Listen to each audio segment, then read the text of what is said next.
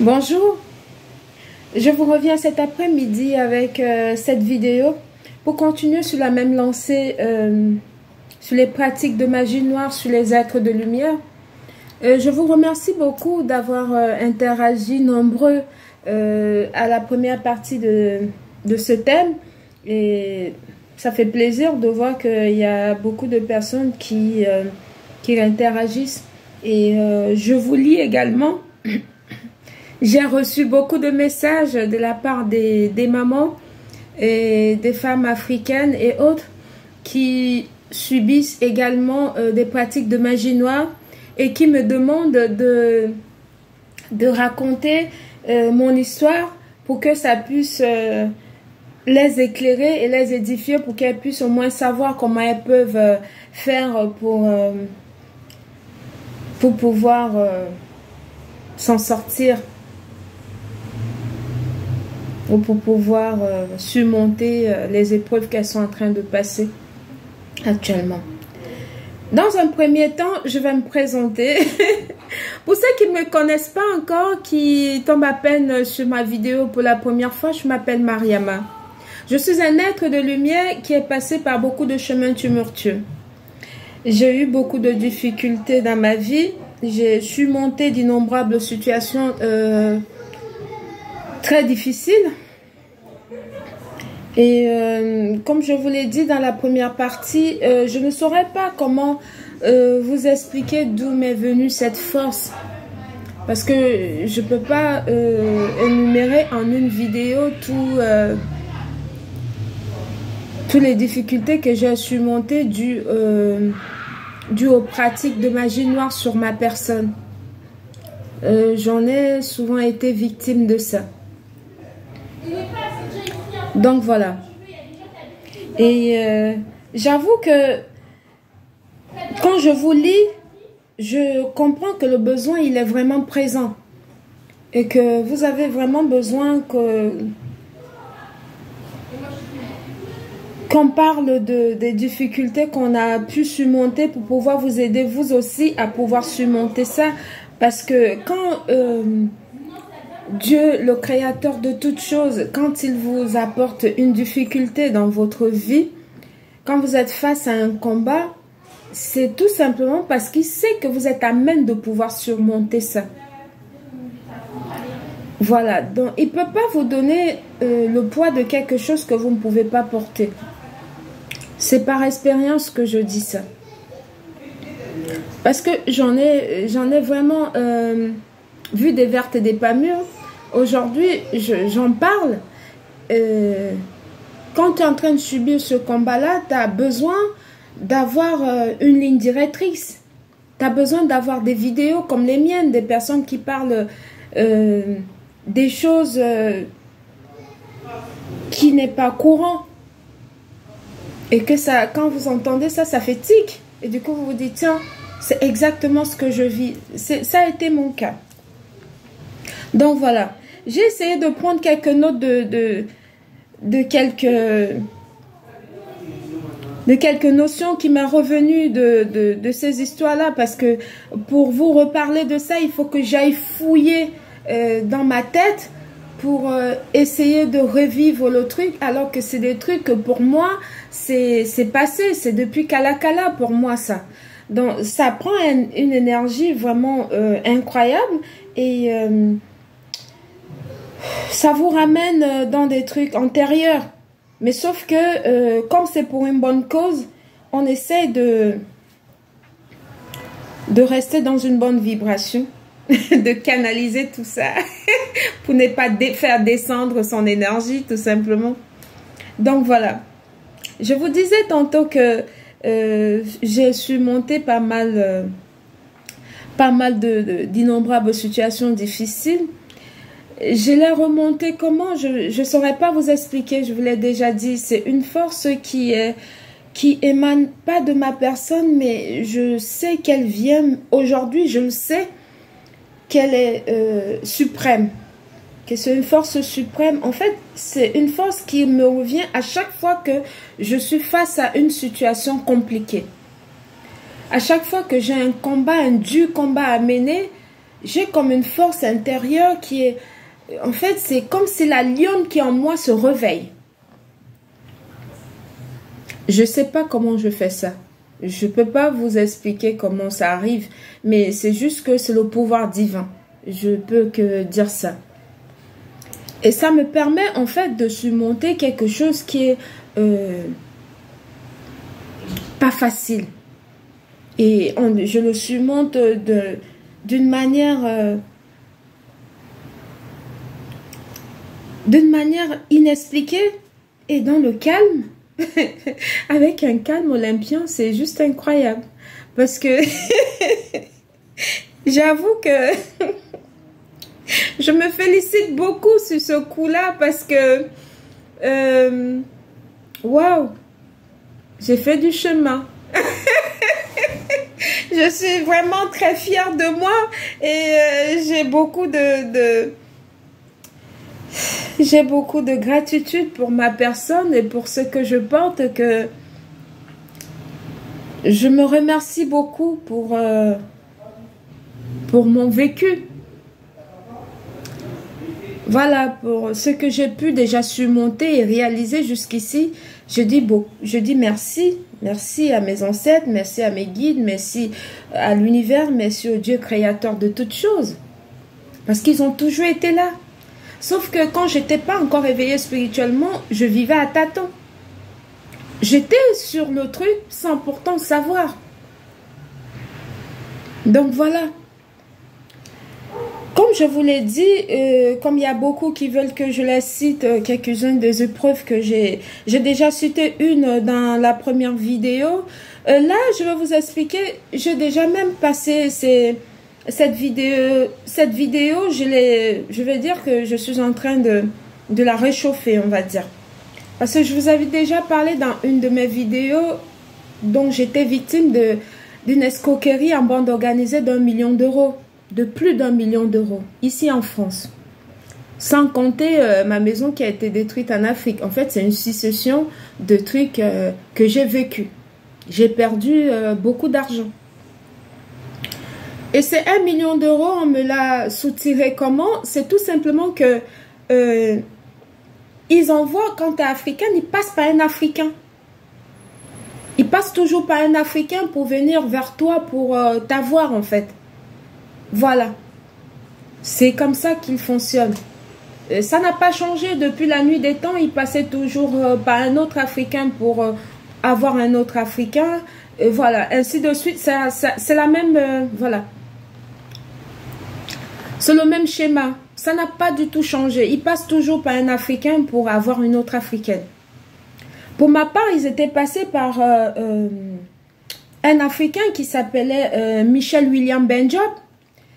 Qui m'avait approché parce qu'il était dans le besoin. Et moi, tout bonnement, je me suis dit, bah écoute, je vais lui donner un peu de sous. Mais sauf que les sous, je suis allée au distributeur, j'ai retiré de l'argent, j'ai donné. Mais sauf que l'argent que j'ai retiré pour lui donner là, il avait été envoyé par un groupe de personnes. En tête duquel un monsieur juif qui coordonne toute la bande. Dans ce groupe-là, ils sont nombreux.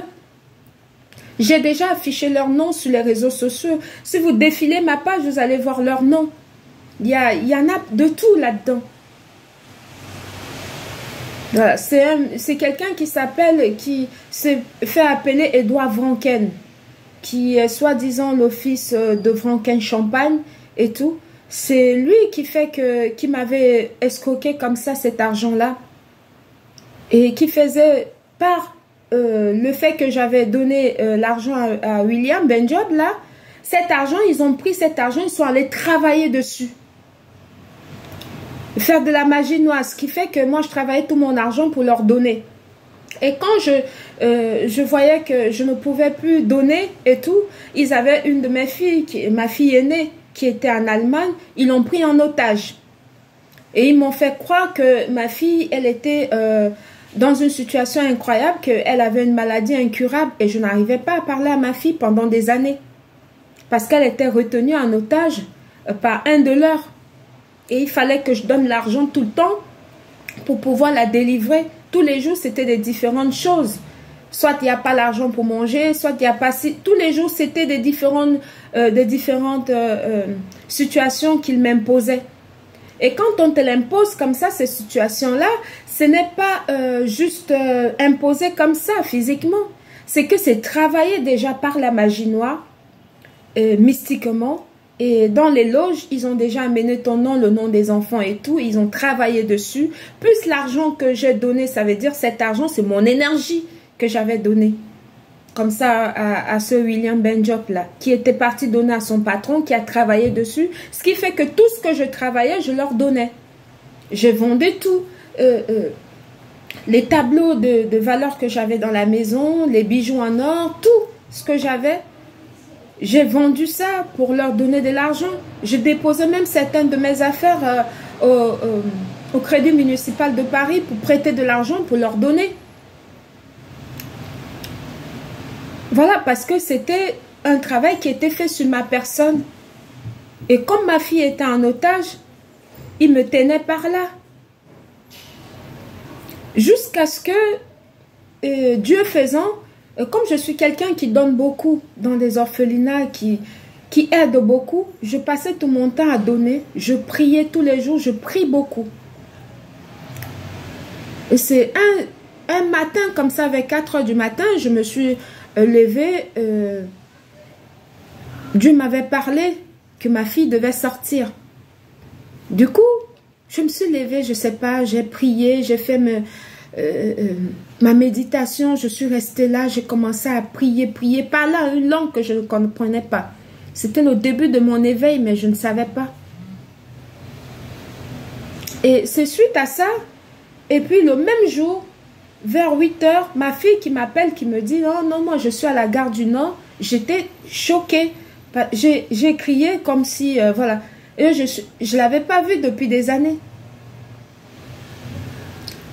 Je suis à la gare du Nord, est-ce que tu peux venir me chercher? Je ne savais pas comment elle a eu mon numéro, rien du tout. Donc j'ai compris, j'ai fait le lien. Et du coup, quand je suis allée à la gare du Nord la chercher, quand on est revenu avec des questions, j'en ai posé pas mal. Quand tu es victime d'un pervers narcissique et puis de ce genre de personnes qui font des pratiques de magie noire sur toi pour pouvoir te maintenir dans une espèce de dépendance, tu es comme perdu. Quand je l'ai vue, je la reconnaissais physiquement parce qu'elle me ressemble beaucoup, mais sauf que je voyais qu'il y avait des manques. Je ne me retrouvais pas dans tout ce qu'elle parlait. Ça, je ne comprenais pas.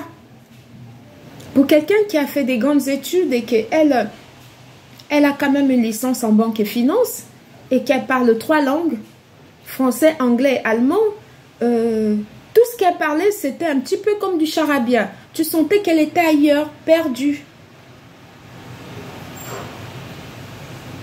Je veux dire que c'est là où j'ai compris qu'il y a quelque chose de magique que je porte, que je n'explique pas encore comment. Parce que c'est grâce à mes prières, à mes dons, à tout ce que je faisais pour demander l'aide divin que j'ai pu faire sortir ma fille de là. En attendant, quand je faisais comme ça mon travail spirituel, j'avais aussi écrit au président de la République pour demander de l'aide.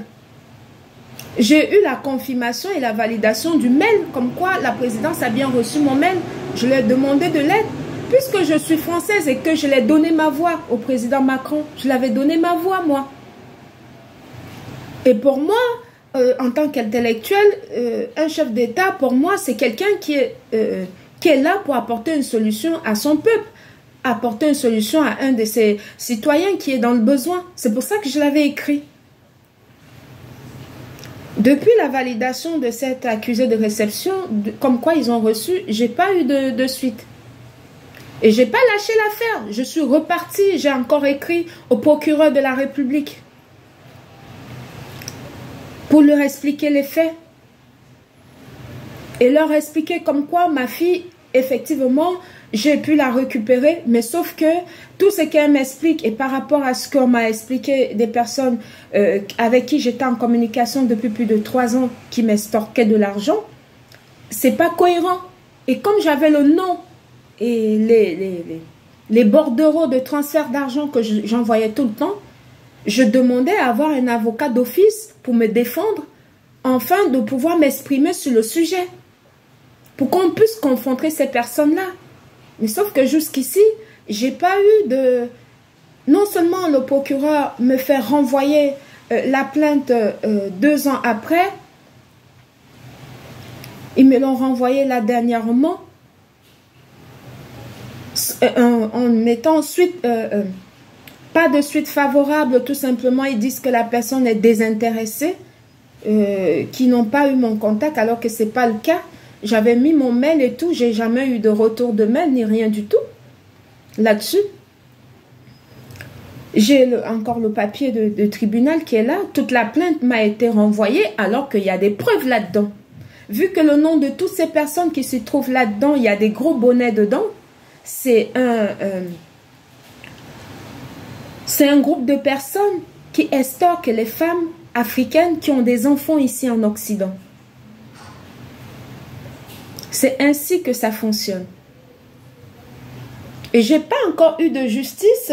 J'ai pas encore eu, la justice ne s'est pas encore, n'a pas encore été faite sur ce vol de 1 million d'euros. Plus d'1 million d'euros. C'est très injuste. Je n'ai pas lâché l'affaire. J'espère que cette vidéo va arriver jusqu'à la présidence de la République pour pouvoir non seulement activer et faire un rappel de mémoire au président Macron, parce que je l'ai écrit le 8 janvier 2021.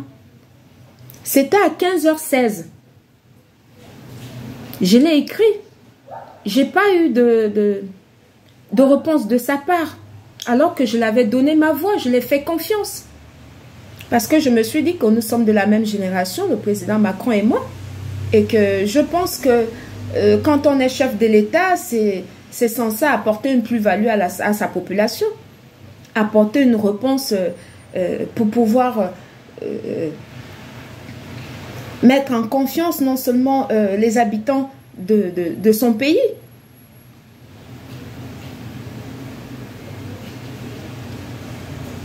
pour qu'ils puissent vivre en toute quiétude.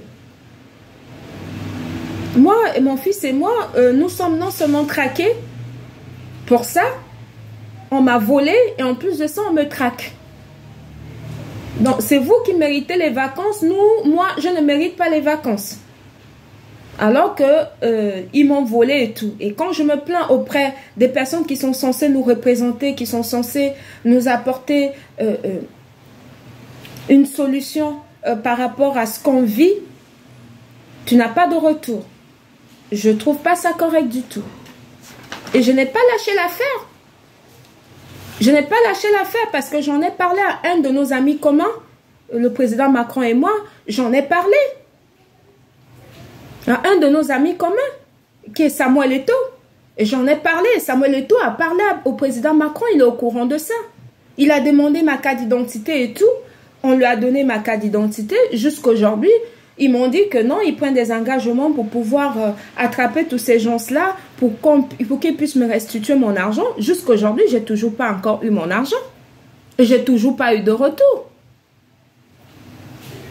La justice dans ce pays-là, quand tu es quelqu'un de cette couleur de peau, je commence à comprendre qu'il n'y a peut-être pas de justice pour nous ici. S'il n'y a pas de justice pour nous ici, pourquoi donner la nationalité française aux Africains? Dans ce cas-là, gardez votre nationalité française. Laissez-nous être les personnes là où nous venons. Moi, je viens du Gabon et du Cameroun.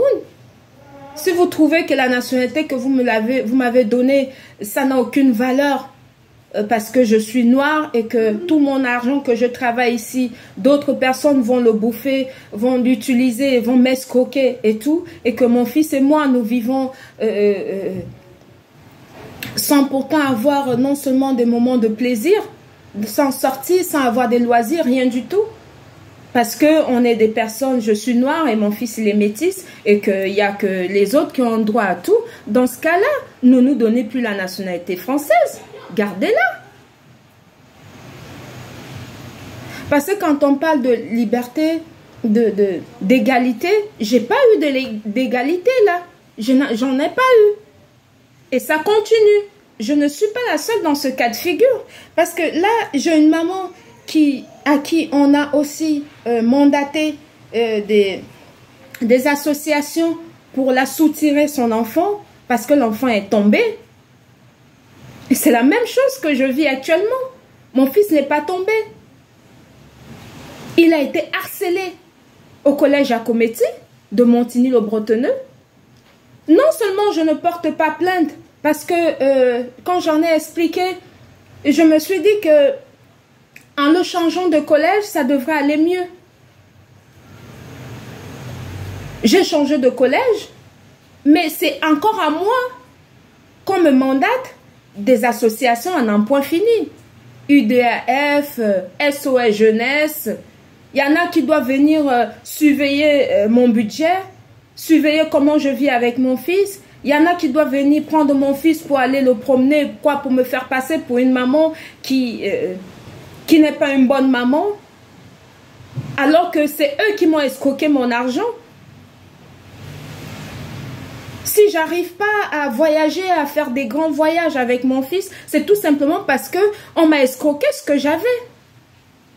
Aujourd'hui, je suis chef d'entreprise, mais où sont les sous pour que je puisse pouvoir prospérer? Où sont les sous pour que je puisse développer mon entreprise? C'est ces sous-là que je réclame.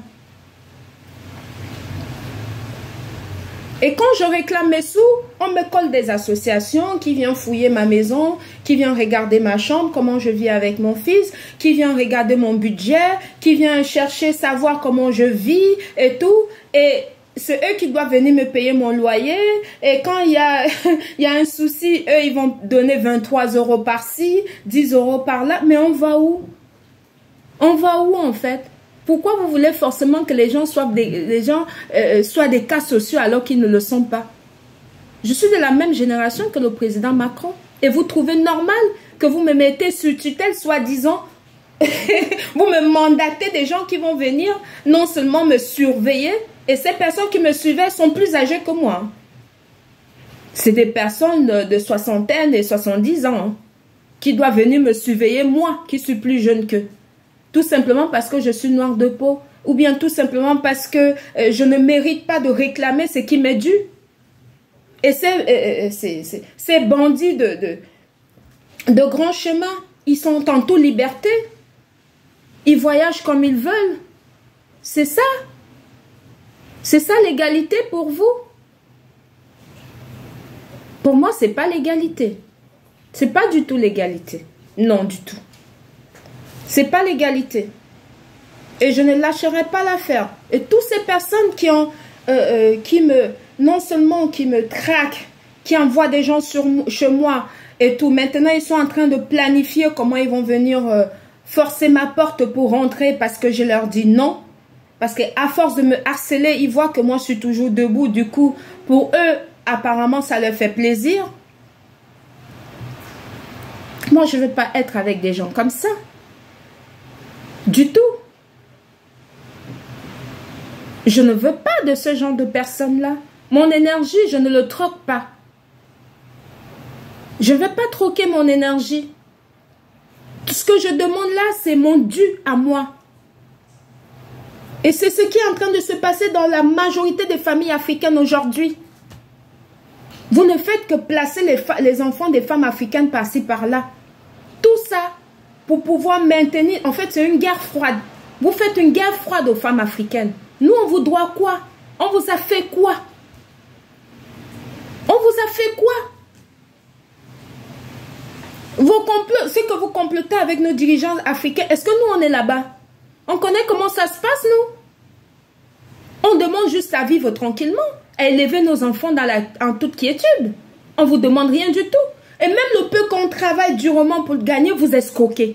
Et vous venez encore vous imposer. Vous avez cette manière de parler aux Africains comme si on était des choses là. Toujours en train de venir materner. Quand elles viennent ici chez moi, elles ne savent pas que j'ai enregistré tout ce qu'elles viennent faire ici. Je l'enregistre. Puisque quand je parle, elles écrivent. Moi, j'enregistre aussi. Ça vient gérer mon budget, Moi, à mon âge, ça vient gérer mon budget, ça vient me faire signer des papiers comme quoi on est sur tutelle pendant, soi-disant, c'est un juge de justice, madame, si c'est Kerbeck, je sais pas trop quoi, là, qui l'a désigné, comme quoi mon enfant, j'arrivais pas à prendre soin parce qu'il a été harcelé à l'école, mais on m'a sur la tête. C'est lui qui a harcelé à l'école et ce sont ses parents qui sont encore surveillés. C'est ça, c'est moi qui suis surveillée. C'est moi que vous venez fouiller dans ma vie, regarder ma chambre, avec qui je dors, avec qui je sors, à quelle heure je fais des courses, jusqu'au point de vouloir me dire d'aller prendre la nourriture dans la maison alimentaire à la mairie. Tout ça, c'est quoi? Tout ça, c'est quoi? On vous doit quoi? Qu'est-ce qu'on vous doit? Parce que cette maman à qui vous essayez de placer son enfant tout simplement parce que l'enfant est tombé, c'est parce que la dame, elle a 2 enfants. Et comme c'est une maman isolée, vous pensez que vous allez passer par là pour pouvoir récupérer son enfant et récupérer ses prestations. Mais si vous trouvez que les prestations sociaux, les Africains n'ont pas droit, mais coupez-le clairement. Gardez-les vos prestations sociaux. Que de vouloir toujours prendre les enfants des Africains pour en faire les vôtres. On ne vous doit rien. On ne vous doit rien du tout. Au contraire, c'est vous qui volez chez nous là-bas. Si on est ici, c'est parce que là-bas, chez nous, vous ne nous laissez pas tranquilles. Vous voulez le beurre, l'argent du beurre et la crémière en même temps. Vous prenez l'argent chez nous là-bas. Nous aussi, quand on sort de l'école, on n'a plus de travail. On vient chez vous pour chercher le travail. Tout ce qu'on travaille aussi ici, vous récupérez encore. Finalement. Finalement, vous voulez quoi? Finalement, vous voulez quoi? Le monde ne vous appartient pas, ça appartient à Dieu. Ce que vous ne comprenez pas, c'est qu'on est dans un même bateau. Cette terre là où nous sommes là, nous sommes tous des passagers ici. Que ça vous plaise ou pas. Nous sommes tous des passagers ici. La terre a été créée par le Créateur. Il nous a tous invités là pour venir dire que venez un peu profiter. Que tu sois noir, blanc, jaune, vert ou arabe ou métis, tu es de passage ici sur terre. Est-ce que c'est pas mieux que nous puissions non seulement trouver un moyen de pouvoir vivre en toute quiétude ensemble, sans pourtant toujours regarder les poux dans la tête des autres, chercher à s'accaparer des biens des autres? Là-bas, vous nous volez. On arrive ici, vous nous volez. On fait même des enfants avec vous. Rien à faire. Finalement, vous voulez quoi? C'est à croire que la paix pour vous, c'est un mot qui n'existe pas dans votre dictionnaire en fait. Parce que dans mon cas, non seulement on m'a volé en Afrique, je viens en Europe pour pouvoir encore essayer de m'en sortir avec les enfants. Le peu que je travaille, on me le vole encore. Et vous voulez encore venir diriger ma maison. C'est quoi? On vous doit quoi? Cette persécution-là, il faut que ça s'arrête. Il faut que ça s'arrête. Parce que ça ne va plus être tolérable. Pour mon cas personnel, ça ne sera plus tolérable. Cette foudre-là, je veux la renvoyer. Non seulement mes ancêtres et mes guides le renvoient, puisque vous avez le pouvoir législatif pour pouvoir décider et puis manigancer avec des copains pour pouvoir nuire les autres, nous, on a le pouvoir spirituel. Et je vais vous combattre. Ça ne va pas être facile. Je vais vous combattre. Tous ceux qui viennent faire leur micmac chez moi là, soyez-en tranquilles. Vous allez avoir le retour de ça. Ça ne va pas être facile du tout. Du tout. Parce que entre les pratiques de magie noire, entre chercher à forcer les gens à rentrer dans les loges, entre voler l'argent de ceux que nous travaillons à la sueur de nos fronts, entre nous opprimer avec nos enfants, entre voler ce qui nous appartient dans nos terres africaines, on ne sait plus ce que nous, on doit faire pour pouvoir vivre sur la terre que Dieu a créée, qui ne vous appartient pas, ni à vous, ni à nous. Ce que moi je subis ici, il n'y a aucun Français qui subit ça, que ce soit au Gabon, que ce soit au Cameroun. Il n'y a aucun qui subit ça. Mais regardez un peu la rage que j'ai là actuellement. Imaginez-vous un seul instant que j'arrive au Gabon avec cette rage-là. que vous n'avez pas fait la justice pour me rembourser mon argent. J'arrive au Gabon avec cette rage-là. Vous pensez dans votre tête, dans votre manière de réfléchir, que ça va être comment? Expliquez-moi un peu. Ça va être comment? Ça va être comment? Vous aurez créé quoi en moi? Durant toutes ces années que je vis en France ici. Vous aurez créé quoi en moi? Et vous pensez que c'est ce genre d'attitude-là, c'est cette manière de faire-là que j'ai envie de transmettre à mes enfants? Mais non. J'ai pas envie de transmettre la haine de l'autre à mes enfants. Non. J'ai des enfants métis, moi. Je vais les transmettre la haine comment? Ils viennent de l'Afrique et de l'Europe. Je vais les transmettre ça comment? Pourquoi vous n'arrivez pas à faire des choses de telle en sorte que tout le monde puisse vivre tranquillement sans problème? Je vais les transmettre la haine comment? Ils viennent d'ici, de moi et de quelqu'un d'autre aussi qui est européen. On fait ça comment? Pourquoi vous vous comportez de la sorte? Juste à titre de rappel, on n'emporte rien. Pour la majorité des personnes ici, là, ils finissent dans les boîtes comme ça. On a tout brûlé, on a mis dans le pot, on va verser dans un petit endroit, on met ton nom. Fin de l'histoire. Pour nous, encore des Africains, on a encore cette grandeur et cette pratique qui nous est vraiment honorable d'enterrer, de ramener le corps en Afrique et de l'enterrer. Ce n'est pas le cas d'ici.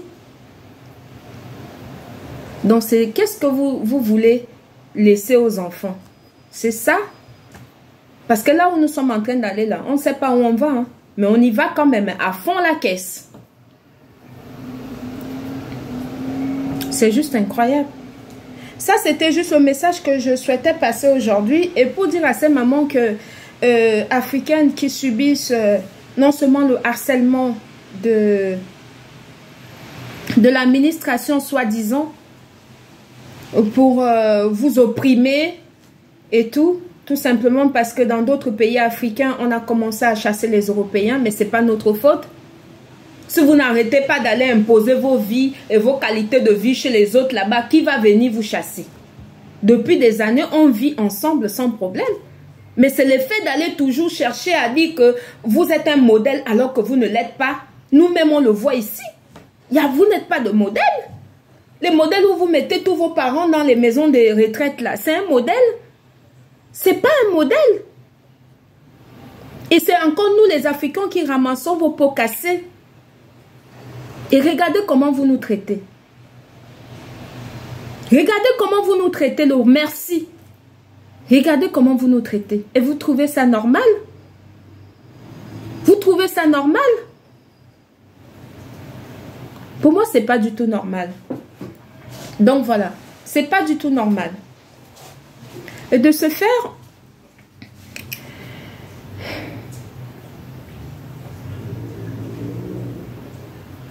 j'espère que ce message va beaucoup aider beaucoup de mamans. Et ça va vous permettre de comprendre que, quelle que soit la situation dans laquelle vous êtes en train de... qu'on vous fait vivre,